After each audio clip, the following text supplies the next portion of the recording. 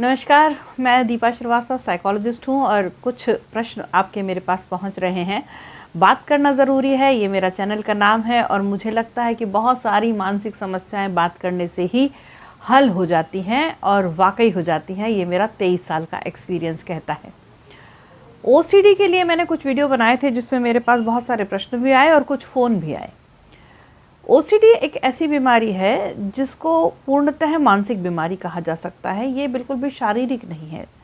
किसी समय ऐसा होता है हमारे ब्रेन में, जब हम किसी और वजह से वीक होते हैं। कभी कभी हम बहुत इमोशनली वीक होते हैं, कभी कभी हमारी कोई फिज़िकल हमें कोई प्रॉब्लम हो रखी होती है जिसकी वजह से हम बहुत वीकनेस में होते हैं। फिज़िकली प्रॉब्लम हो और हम वीकनेस में हो तो कभी कभी ये बीमारी हमको अटैक करती है, पर ज़्यादा जब अटैक करती है हमको ये प्रॉब्लम जब हम बड़े इमोशनली वीक होते हैं। कोई हमारे साथ में बड़ा झगड़ा चल रहा होता है मानसिक, किसी व्यक्ति जिसके साथ हम रहते हैं उनके साथ हमारी प्रॉब्लम चल रही होती है। कभी हार्मोनल डिसबैलेंस का टाइम होता है, हार्मोनल चेंजेस का टाइम होता है जब हमारी बॉडी में हमारी एज ऐसी होती है जब हमारे पास हार्मोनल चेंजेस का टाइम हो। या फिर कभी ऐसा हो जाता है कि हम बहुत अकेले हों, बहुत दुखी हों, हमारे आसपास का माहौल हमारे हिसाब का ना हो। ऐसा मैंने हमेशा देखा है कि जब मैं किसी ओसीडी के व्यक्ति से बात करती हूँ तो उसकी बहुत सारी ये सराउंडिंग जो चीज़ें होती हैं, जो उसकी लाइफ में हुआ होता है, वहाँ कहीं बड़ा सेटबैक होता है। तो इसका मतलब मुझे ये समझ में आता है कि जब हम सेटबैक में होते हैं तो हम इमोशनली वीक होते हैं, और जब हम इमोशनली वीक होते हैं तो हमारे ब्रेन में कहीं पर एक लूप अटक जाता है और हम फिर उसी लूप में आते हैं। अच्छा, ऐसा हमेशा नहीं होता। अभी मेरे पास एक केस आया था जो कि लूप में तो अटकी थी वो व्यक्ति, और करीब 61-62 साल की एज रही होगी उन मैडम की, और सब कुछ बहुत बढ़िया, लाइफ में सब कुछ ऑल सेट। अच्छी जगह से रिटायर हुई, बहुत अच्छी पेंशन मिल रही थी, हस्बैंड को बहुत अच्छी पेंशन मिल रही, लेकिन उनको अचानक से वो लूप में अटकना शुरू हुआ।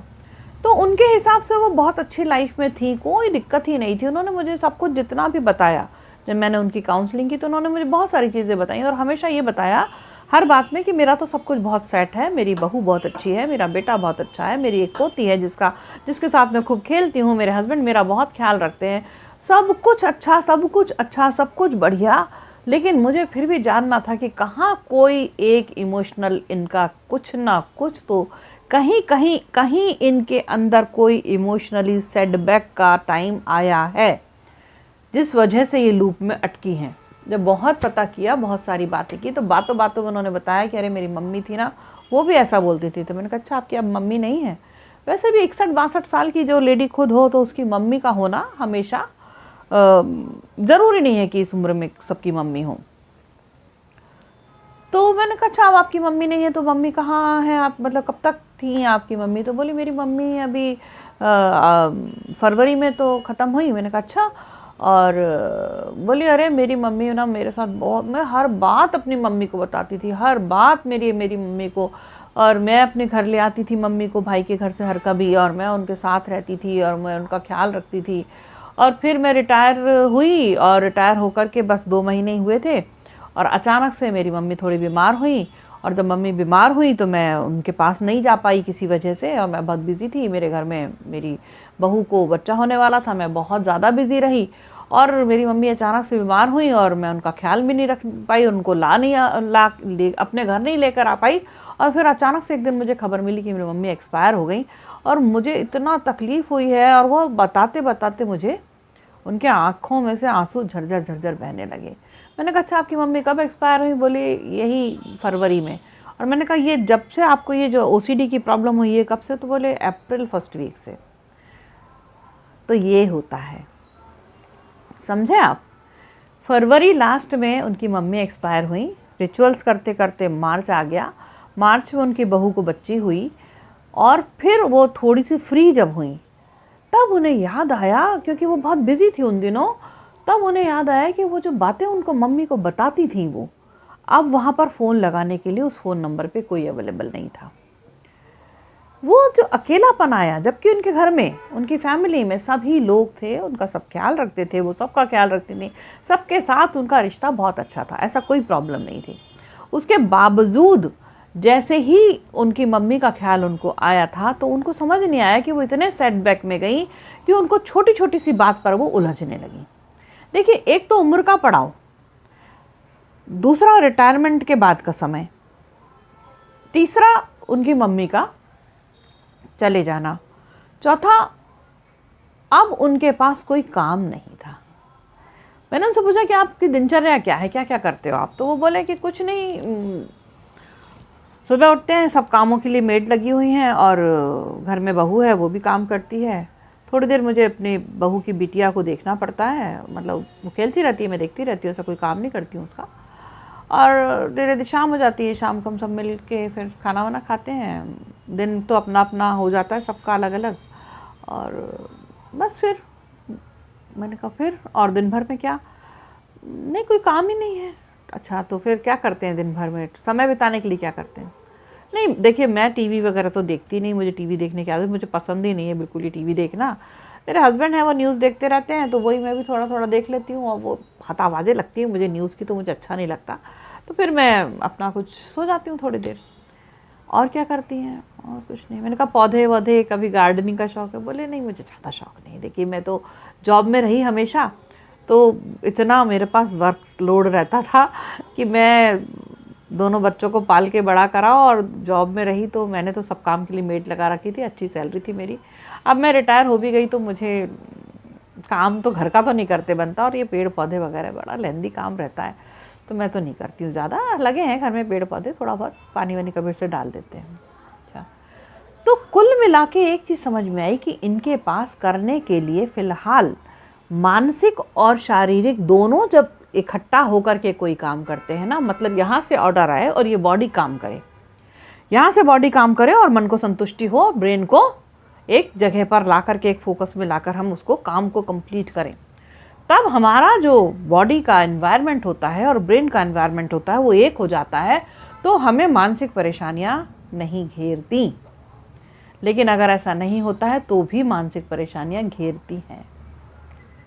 तो ये उनको ओसीडी हुआ, और उनको ओसीडी बहुत छोटी सी चीज़ पे हुआ कि उन्होंने एक फ़ोटोग्राफ खिंचवाया अपने फैमिली के साथ, और उनको सोने चांदी का शौक़ था, मंगलसूत्र पहनती थी, मंगलसूत्र अच्छा बड़ा सा उन्होंने बनवाया होगा, आजकल सोना बहुत महंगा है, तो उन्होंने जो भी 1.5-2 लाख का उनका मंगलसूत्र होगा वो उन्होंने बाहर निकालना भूल गई, मंगलसूत्र अंदर रह गया साड़ी के पल्लू के अंदर। तो उनको ये चीज़ अटक गई कि मैंने मंगलसूत्र बाहर निकाला नहीं। अब एक ये थॉट ने उनको इतना परेशान किया कि हद से ज़्यादा वो परेशान हो गई। तो ये छोटा सा एक थॉट है जो इंसान को इतना परेशान कर सकता है, बहुत ज़्यादा परेशानी। मैंने उनको समझाया, उनकी सीबीटी की, उनको रोज़ बुलाया, उनको ठंडा गर्म पानी का, मैं आपको बताऊं मैं नेचुरोपैथिस्ट भी हूं और साइकोलॉजिस्ट भी हूं, तो मेरे इलाज दोनों तरीके से चलते हैं। जब मैं सीबीटी करती हूं तो मैं उसको बॉडी साइंस को भी समझती हूं उनके, और क्या उनके अंदर डेफिशिएंसी आ रही है, क्या उनको दिया जा सकता है जो वो अब थोड़ा सा ताकत फील करें, और कहाँ उनको विचारों को रोकना है, कैसे उनको समझना है। तो ये सारी चीज़ें मैं मिला करके सीबीटी करती हूँ, और मेरी सीबीटी हमेशा बहुत सक्सेस होती है। तो मैंने उनकी सीबीटी की और वो 3-4 सिटिंग में ही उनको फ़ायदा होने लगा। लेकिन मैं आपको एक बात यहाँ जो बताने के लिए मैंने वीडियो बनाया है, जैसे ही उन्हें फ़ायदा होने लगा ये समझाते ही तो हैं। सीबीटी में करते क्या है, तरह तरह से समझाते हैं, अलग अलग ढंग से। सीबीटी के हमारे अपने तरीके होते हैं, उससे समझाते ही तो हैं। तो मैं तो इतनी समझदार हूँ, मैं खुद ही समझ लूँगी, और इनकी फ़ीस कौन दे। तो उन्होंने चौथी सिटिंग के बाद से आना बंद कर दिया, जबकि उनको फ़ायदा होने लगा था। प्रॉब्लम यहाँ होती है कि जब आप इतनी बड़ी मानसिक बीमारी से गुजर रहे हैं, तो अगर आपको फ़ायदा हो रहा है तो उस कोर्स को पूरा करिए। अक्सर लोग फीस बचाने के लिए, या आलस के लिए, या अपने आप को ये समझने के लिए कि हमें ही तो समझना है, सामने वाले ने सिर्फ समझाया है, कोई दवाई तो दी नहीं है, गोलियाँ तो दी नहीं है, और एक्सरसाइज करवाने को कहा और हमको बताया कि आपको ऐसा सोचना है और ऐसा नहीं सोचना है, ये चीज़ सोचनी है, ये चीज़ नहीं सोचनी है, जो सोच आ रही है, जो बार बार थॉट आ रहा है, उनको कहाँ रोकना है, ये सब तो मैं समझ गई और मैं कर लूँगी। तो पूरा कोर्स ना होने के कारण वो व्यक्ति फिर से ओसीडी या किसी मानसिक बीमारी में उलझ जाता है। ऐसा अक्सर होता है। तो अगर आप किसी भी तरह की मानसिक बीमारी को महसूस करते हैं, आपको लगता है कि आपको किसी भी तरह से मानसिक तौर पर थोड़ी भी परेशानी है, तो अगर उसका इलाज कराते हैं तो पूरा कराइए, वरना पूरा इलाज नहीं होने पर आप और ज़्यादा लूप में फंसेंगे और ज़्यादा परेशानी में आएंगे, और फिर ये ठीक होना आसान नहीं है। ये खेल नहीं है। ये जो ब्रेन है ना, इसके तार अगर उलझ जाते हैं तो उसको सुलझाते सुलझाते अगर ये पूरे सुलझ जाएं तो ठीक, और अगर आधे आधे सुलझते हैं और नहीं सुलझाने के लिए आप किसी साइकोलॉजिस्ट से कांटेक्ट करते हैं, आप सोचते हैं हम खुद ही कर लेंगे। हमारे इंडिया में यही कल्चर है कि हम परेशान होते रहते हैं। हमारे यहाँ मैं बहुत लोगों को देखती हूँ, मेरे यूट्यूब पे भी बहुत सारे प्रश्न आते हैं, लेकिन काउंसलिंग के लिए लोग तैयार नहीं होते हैं, क्योंकि उन्हें लगता है हम खुद ही समझ जाएंगे, और पूरी पूरी ज़िंदगी उलझ के निकल जाती है। बहुत तकलीफ़ होती है मुझे ऐसे लोगों को देख के। वो ठीक हो सकते थे, ज़िंदगी में बहुत कुछ अच्छा कर सकते थे, लेकिन नहीं करते हैं। तो मैं एक वीडियो बना रही हूँ आज ही। इस वीडियो के बाद आपको फिर से मिलेगा एक वीडियो कि मैं 5 तरीके बताऊँगी ओसीडी को ठीक कैसे करना है। और फिर मैं कल एक वीडियो डालूँगी। मैं रोज़ एक वीडियो डालूँगी कुछ दिन तक लगातार, शायद 4-5 दिन, और मैं ओसीडी के 5 तरीकों में इसको बांटूंगी, ऐसा मैंने सोचा। क्योंकि अगर मैं इकट्ठे आपको बहुत सारे तरीके बता देती हूँ तो आप उलझ जाएंगे और फिर से आप अपना ट्रीटमेंट खुद से नहीं कर पाएंगे। तो ओसीडी का ट्रीटमेंट कैसे करना है, इस बात की जानकारी मैं आपको अगले वीडियो में देने वाली हूँ। देखिएगा और पूरा वीडियो देखिएगा। आज मैं पहली बार अपने सभी सब्सक्राइबर, अपने जो वीडियो देखने वाले हैं, उनसे कहना चाहती हूँ कि मेरा वीडियो देखते हैं, उसको सब्सक्राइब करिए, और आपको लगता है कि किसी को शेयर कर सकते हैं, किसी की परेशानी दूर हो सकती है, तो ज़रूर दूर करिए।